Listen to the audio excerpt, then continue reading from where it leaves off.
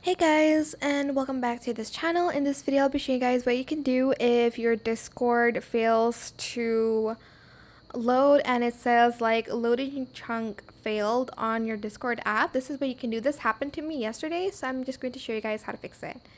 We are just going to select Windows R on our keyboard like this, and you're going to type in this command,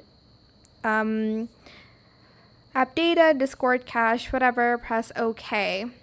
Then you're going to go to cache data and you're going to select everything and you're just going to press delete. Then once you've done that, you are just going to restart your Discord and it should be working just fine because this is what worked for me. And I hope this worked out for you. And that is it. That is how you can fix the loading chunk failed error on Discord.